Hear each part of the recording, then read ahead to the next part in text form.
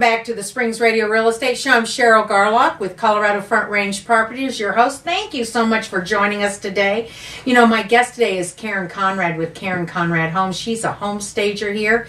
And Karen, I want to welcome you to the show. Thank you so much, Cheryl. So glad to be here. Good. Well, you know, before I get started with Karen, I wanted to go ahead and mention to you guys, I just was talking to you a minute ago, kind of rushed on the gross rent multiplier and a cap rate. Just want to quickly mention what those are because I know Karen's somewhat familiar with those as well.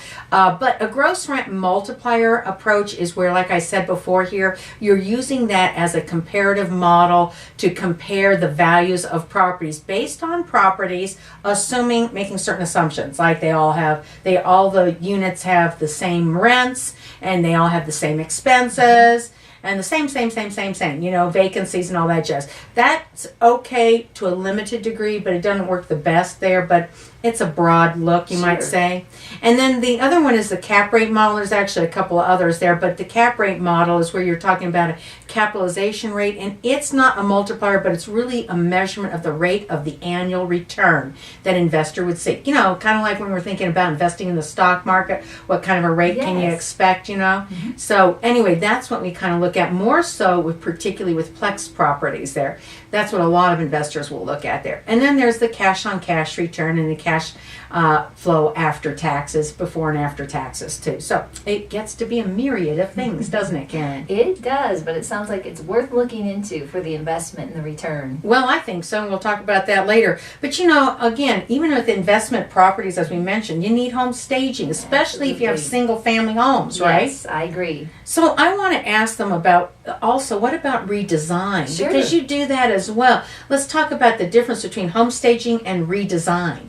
Well, actually, they can be sort of the same thing. I mean, redesign is basically taking the homeowner's furnishings and rearranging or redesigning them. So in the staging world, you probably hear more, it's occupied staging. Okay. All right. Well, so that's great. That means you sort of come in and take the owner's furnishings there and you maybe move things around. Or right. How about slip covers if you need those? Do you put those on sometimes? Yeah, sometimes you do. I mean, really, we look at it as kind of fun because you sort of shop with the homeowner in their own home.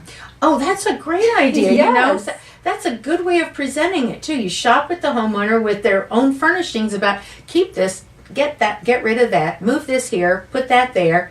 You exactly. know, because sometimes you'll have rooms that are smaller, like a living room or a family room, and somebody's got these giant, older, big box TVs, you know? Right. And you know, they don't want to get rid of their TV just because their house is for sale and go buy a flat panel, you know? Right. But, or they have the big, I love this one, the big sectional couch. Yes, or recliners. I see that too. I just did a redesign for a client and they had big recliners in a small room, which, you know, was great for them. But I always let people know, look, when you stage, your home is very different than the way you live in it. So we pulled those big recliners out and I brought in some different chairs. And actually that property sold in 10 days on the market. Oh, that's huge. That is huge. That's huge there. You know, I think people have to think about staging as, think about it like this. If the department stores, you know, Macy's, for example there, Nordstrom's, oh, come on, you can help me. Oh, I just, Target. I always talk about Target. Well, but, you know, the major department stores, they have the mannequins in the window. Sure. And they sometimes dress things up like that. Yes. Because you want to imagine it. They're doing it, not because they are selling merchandise, but they're doing it for the fact that they are dressing it to meet the needs of the people that are shopping there. Exactly. And kind of painting a picture, if you will. Yes. So tell me about, what do you do to approach redesign or staging on a home that has been on the market for a long time? Because you know what happens in our world of real estate, homes that sit there on the market for a long time get what we call stagnant. Right. And we know that it's, nobody really wants to shell out some money extra for staging, but the truth is shelling out a little bit of money for staging can really soften the blow to your wallet when you go to sell the property. Oh, for sure, Cheryl. I really it's a three-pronged approach when that situation is occurring. The first thing that I do is I take time to talk to the real estate agent and the seller and I learned about what feedback they've received from potential buyers, and Good, especially good. what obstacles have come up that has prevented someone from making an offer on that home. Then I take that information, I go visit the home, and I study it, and I make a plan for design to overcome those obstacles. And then the third step is I actually come on site and we implement it.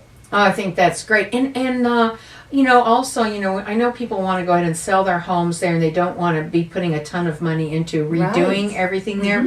But sometimes you can work with what's already there. I mean, not just, especially like even in a vacant home, you can dress it to the motif. Yes. Is that it? Or the character or the era or something? Oh, for sure. I mean, we look at the home, at least I look at it, and I try to find out what that personality or that strong character of the home is, and then I bring in things to complement it. Like with a recent redesign, I'm just going to give you a quick example here so you know what we're talking about.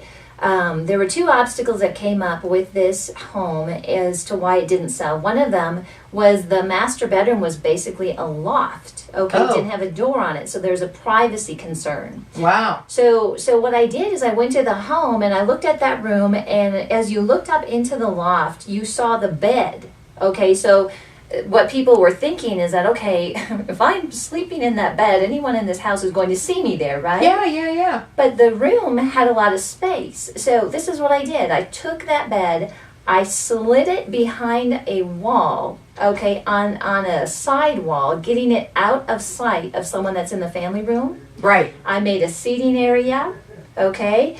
And you know what? The first person, they came in, they looked at that house, and it is now under contract. Wow, that's absolutely great. Gosh, I know that Karen could go ahead and share a whole bunch more stories with us there about that. But you know what? If you're in the market to buy or sell a home, you want to visit Colorado Springs besthomes.com. Truthfully, that's a great website if you want to tap into the coveted realtors MLS. That's what we like to call it, the coveted realtors MLS. Our little Bible, you might say there. Go to Colorado Springs besthomes.com. You can go ahead and hit the search homes tab, and I guarantee you will find a great way to go ahead and search for homes that are for sale right now. Also income property as well if you're interested in that. You can save your properties. You can go ahead and track price movements on those properties. And most importantly, you guys, you can get email announcements of any new listing that fits your criteria right there. So Colorado Springs besthomes.com. Go to the search homes tab. And if you got questions for Karen or I, yeah, you know what to do. Call us 719-321-7600. 719-321-7600. And Karen's contact information is right there on the Springs Radio, under Springs Radio Real Estate there, under the Extras tab at Colorado Springs Best Homes. We'll be right back with Property Showcase. Get your pen and paper ready.